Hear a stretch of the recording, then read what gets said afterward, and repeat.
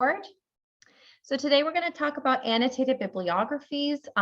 We're talking about what an annotated bibliography is, what goes into one, how to write a successful one, the components of them, all of that to say this is not actually going to be a super long, or I hope it's not going to be a very long webinar. I'm hoping definitely under 30 minutes, probably closer to the 20 mark. As usual, I do ask that everybody remain muted for the length of the webinar itself, although when we get to the question part at the end, you can feel free to unmute. If you do have questions while I'm going, I have my chat box open here on my screen, so you can feel free to type any questions as you come up with them as I'm going. And if appropriate, I will respond to them while I'm presenting. Otherwise, I'll wait until the end. All right, so we'll go ahead and get started talking about annotated bibliographies. So first, if you came to my first webinar this semester a couple of weeks ago about the writing process, we talked a lot about the actual steps of the writing and the research process. So I just wanted to talk about how annotated bibliographies fit in that.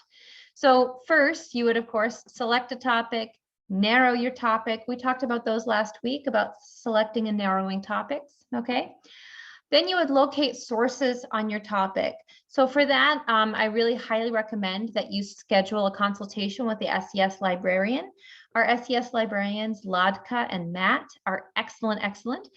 So you can schedule a consultation with them when you get to the research point of your projects. And I believe they're about 45-minute consultations, and they can help you find sources and also help you learn how to refine your searches and for your sources and things like that. So super helpful. So once you've done all of that, you'll actually read the sources that you think are going to be the most relevant for your topic. And then this is when the annotated bibliography comes in. Okay, so you will organize these sources and you'll kind of present them in a way. You'll present them in writing in your annotated bibliography. So that's how this fits into the writing process. We still have not necessarily actually started the writing of the paper yet. I would still consider this a pre-writing or research stage of your larger paper. Okay, and typically an annotated bibliography is an assignment that's required by a professor. It's not necessarily something that you're going to be doing if you're doing more formal research, although a research proposal may also include an annotated bibliography. So do all assignments, if you're new at SES and you're just starting your writing career here at SES, do all assignments requiring research also require an annotated bibliography? No, they don't. Typically shorter ones, short and medium length papers. Basically, if we're looking at under 15 pages, maybe even under 20 pages, generally you don't need an annotated bibliography, unless of course your professor is expressly asking you for one, because sometimes they might ask you for one with a short or medium length paper just so you have some practice, okay? But once you get into longer capstone or thesis, dissertation type papers, typically you do need to have an annotated bibliography, because this is something you can give to your professor or your advisor to help them know that your research is on the right track. And it's also helpful for you to organize your research before you actually start the writing part. Okay, it is typically a separate assignment that's given to you by your professor. You may just do an annotated bibliography that is not attached to actual writing. It may just be an assignment by itself. But typically they are more commonly a first beginning step to a longer research writing paper. And typically your annotated bibliography would then turn into your literature review. And in a few weeks, I am doing another webinar on literature reviews. So if you have one of those coming up in a capstone this semester or next semester, you'll find that workshop helpful as well. So what actually is an annotated bibliography? So we've talked about how it fits into the writing process, how it fits into your research, but what actually is it? It's like a bibliography. You look at the name, annotated bibliography. You generally know what a bibliography is. A bibliography, also known as a reference list or works cited list, is that last paper or last page, last several pages at the end of your paper where you have your list of citations. And the annotated bibliography includes those citations. However, It also includes a short, around 300 words, unless your professor gives you more, around 300 words, notes on the research and the source. This is the annotation, okay? Notes and notation, okay? So this is the annotation part of the annotated bibliography. So the purpose of this is to evaluate the research that has already been conducted, and it helps you in your research consider where your research fits into the broader community. I talk a lot about, in this presentation and in my literature review presentation, I talk a lot about how you are joining a conversation in your research. So the annotated bibliography helps you catch up on the conversation that other people have already started to have before your research joined, okay? And it also helps you evaluate how or when you can use a particular source in your own research. Now, some things may make it into your annotated bibliography that don't actually make it into your end result research paper. And that's okay. It is actually sometimes okay to include a source in your annotated bibliography that you're not necessarily going to end up using. And when you get to that, actually, I'll get to that in a few minutes, but when you do that, it's good to mention in your annotation why you're not using a particular source. So what does a good annotated bibliography do? It encourages you, the researcher and the writer, to think critically about the content of the works you're using, how they fit within the field or industry, and how they relate to your research and your ideas. Okay, so the annotated bibliography is not just a summary, although it does include a summary, but its purpose is really to get you as a researcher and writer thinking about the ideas that have already been presented in your field. Okay. It also proves to your professor that you have read and understood your sources, because, you know, I'm a writing professor myself, and sometimes when I just ask for bibliography, sometimes it feels like students have just kind of thrown together a list without necessarily reading or reading closely the sources that they've included. So an annotated bibliography is a good check for a professor to make sure that you are actually doing the reading, and not just doing the reading, but trying to conceptualize and synthesize the ideas in the reading. Okay. So this is from UNC Chapel Hill. They have an excellent Writing Center website, but it helps, an annotated bibliography proves that you've done valid research to back up your argument and claims. And so it helps prove that you yourself are a competent researcher. Okay. It also, like I said, you have the ongoing research conversation. It helps situate your study and your topic in that conversation. And sometimes annotated bibliographies may actually be published occasionally.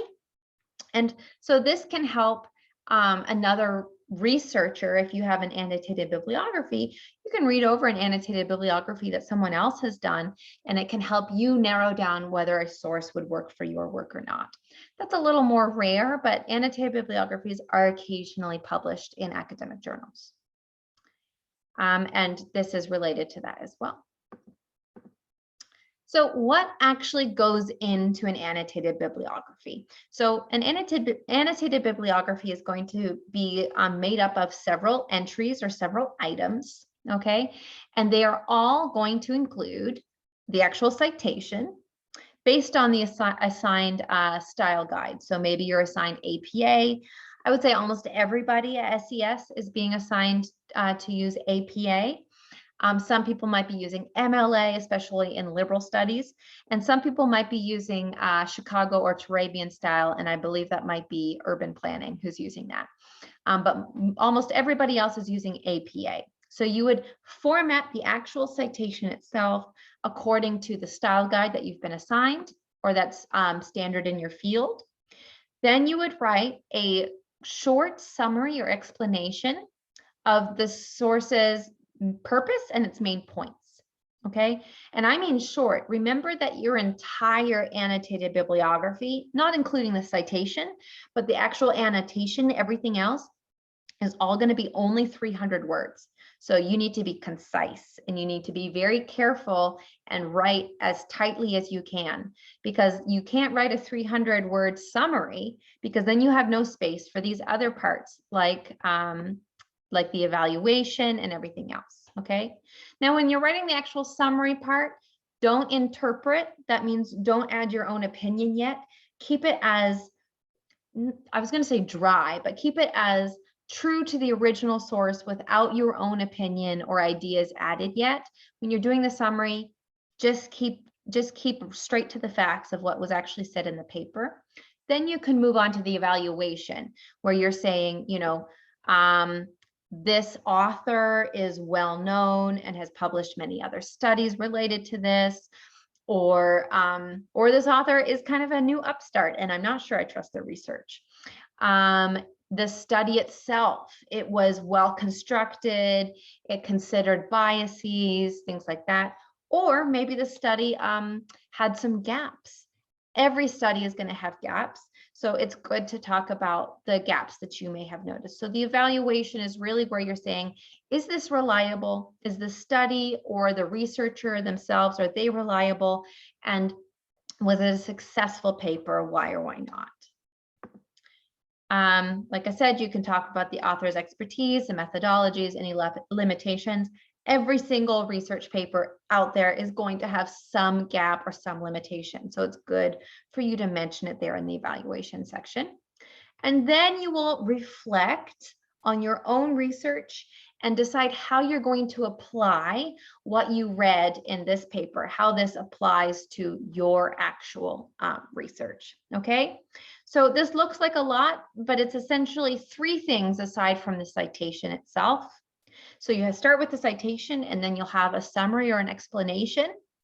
Then you'll have the evaluation. Can I trust this source? And then you have the reflection or the application. How will I use this source? So what did the source say? Can we trust the source? And how will I use the source if I use it? Okay. So, and by the way, everyone will get a copy of this PowerPoint at the end. So if you're furiously taking notes, don't worry about it. You will get a copy of this chart. But here is kind of another breakdown of the actual components. So if you look on the left, we have, you know, the citation, short summary, things like that. And then some examples of how you might start a sentence. So, you know, if you're just talking about a short statement of the author's viewpoint, this is like the short and sweet one sentence, okay? So you would say this article examines da da da da da. And then you can go on, and if you see here on the right, sorry, there's example sentence starters for you. I'm sorry you're having technical difficulties. Yes, everyone will get a recording of this webinar. So if you're having technical issues, don't worry, you'll get the PowerPoint and you'll get the video as well. Okay, so let's look at an actual sample. Okay, so here's the actual citation. This is an APA. It's not formatted perfectly. I really should fix this PowerPoint because you really should have the name of the author, Wimpery. That should be about 5 spaces or 1 tab further out to the left, basically the opposite of a paragraph. That should be off to the edge of your paper, and then everything else should be indented in. So therapeutic play for children should be indented in so that the author's name is further to the left. But otherwise, this is an APA. Now, I'm not going to read this whole thing or expect you to read this whole thing. I just want to point out some key words here. So in blue, we have a case study. So this is saying, okay, what kind of research was this? Okay. And then it says communication skills in infants with autism spectrum disorder. Okay. Which actually, I think they may have changed how we refer to autism. So I may need to update this as well. But essentially, these are the key words that I want you to see here in blue and purple, where we're talking about what the research did. Okay, so you can see here that this is just the summary. There's no commentary from the author. The author who's writing the annotation. It's just the facts, the summary from the piece itself. Then we have the evaluation. And we can see here, since the publication date for this study is 1999, the results are dated. So maybe this was a groundbreaking, amazing study in 1999, but now we're looking at a 22-year-old research paper, so it's probably not up to date anymore. It still may be useful to include it because maybe it's a seminal piece, but it may not be the main research on your topic. You probably want to find something more up to date. Okay, so you can see here that this is giving an evaluation of the work and whether it is something that would be useful to use now.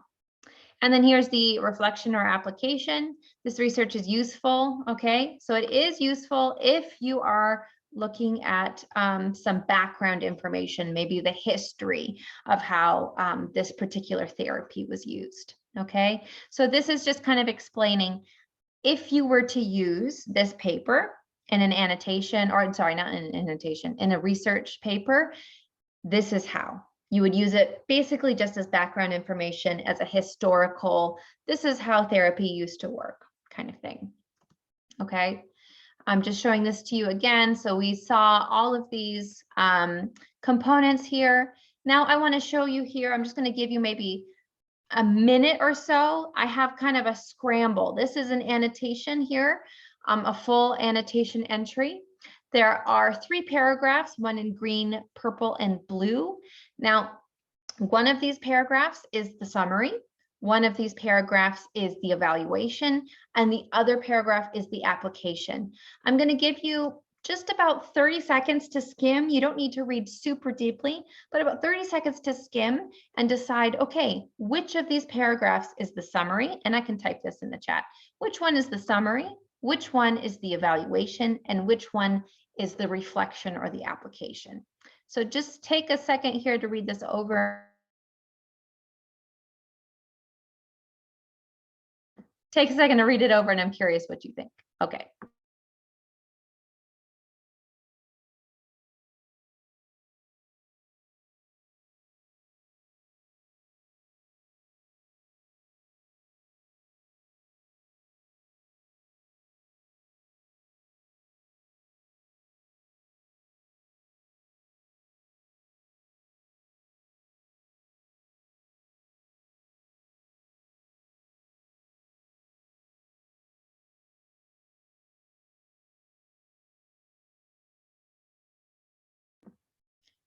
Okay.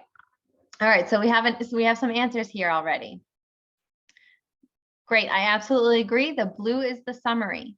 Great. So it's just kind of telling us this is what the book is about. It's not adding any extra commentary, any extra judgment on in either direction. It's just saying this is what the book does.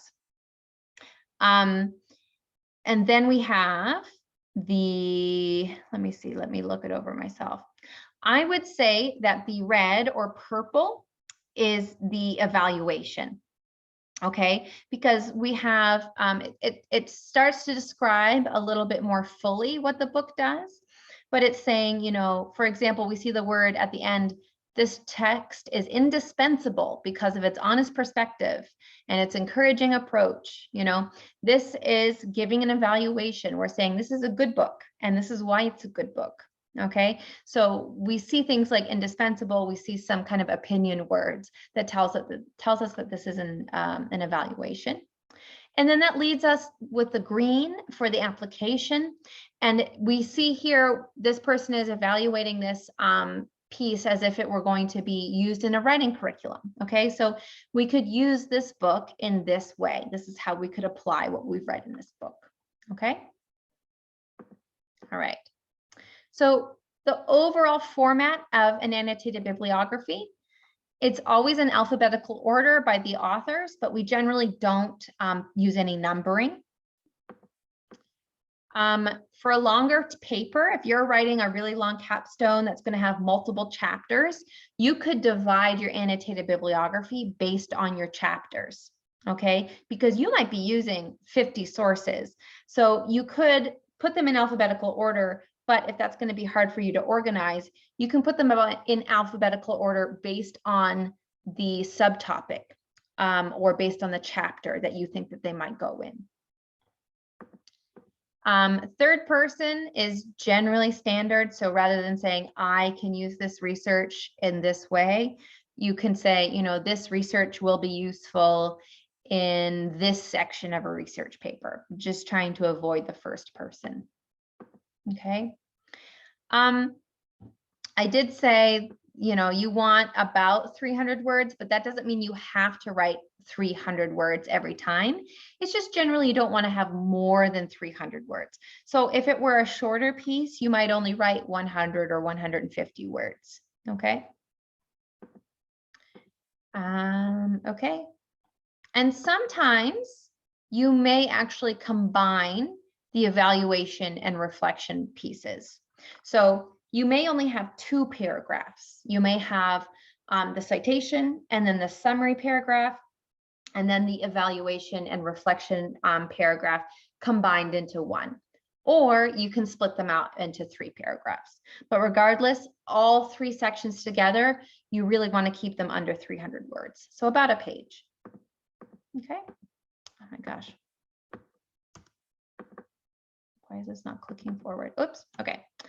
I'm going to share with you in the chat a Google Doc that you want, if you want to look it over. This is an example annotated bibliography, but I'll also send this link in my email when I send you the PowerPoint slides and the recording of the webinar. So this is just something for you to look over. This is a nice example of an annotated bibliography because it includes some commentary from a writing center expert. So you can read it over and see where they explain different parts of the different components of the entry and things like that.